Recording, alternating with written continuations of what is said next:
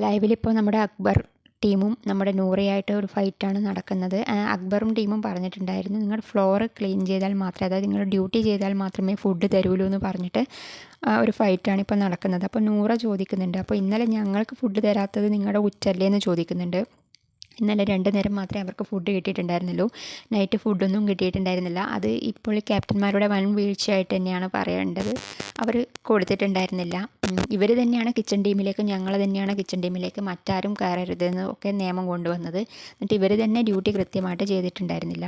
അപ്പോൾ നൂറ പറയുന്നുണ്ടായിരുന്നു, ഞാൻ ലൈറ്റ് ഓഫിന് ശേഷം ചെയ്യാമെന്ന് പറഞ്ഞതാണ്, പക്ഷേ അക്ബർ വന്ന് ഭീഷണിപ്പെടുത്തും പോലെ പറഞ്ഞതുകൊണ്ടാണ് ഇന്ന് ചെയ്യില്ല, ഞാൻ നാളെ ചെയ്യലൂ എന്ന് പറയുന്നുണ്ട്. അപ്പോൾ അനീഷ് പറയുന്നുണ്ട്, ആർക്കും ഫുഡ് നിഷേധിക്കാൻ ഇവിടെ ആർക്കും ഒരു അധികാരമില്ല, ഇത് ബിഗ് ബോസിൻ്റെ ഇതാണ് എന്നൊക്കെ പറഞ്ഞിട്ട് അതൊക്കെ കറക്റ്റാണ്, ഇവർക്ക് ഫുഡ് നിഷേധിക്കാനൊന്നും അധികാരമില്ല. പക്ഷേ ഈ 3 ക്യാപ്റ്റന്മാരും വൻ ഷോ ഓഫ് പോലെയായിട്ടാണ് തോന്നിയത്. അവരെന്തോ ഈ ബിഗ് ബോസിനേക്കാളും വലിയ ആൾക്കാരാണ് ആയിട്ടാണ് എനിക്ക് ഇന്ന് കണ്ടപ്പോൾ തോന്നിയത്.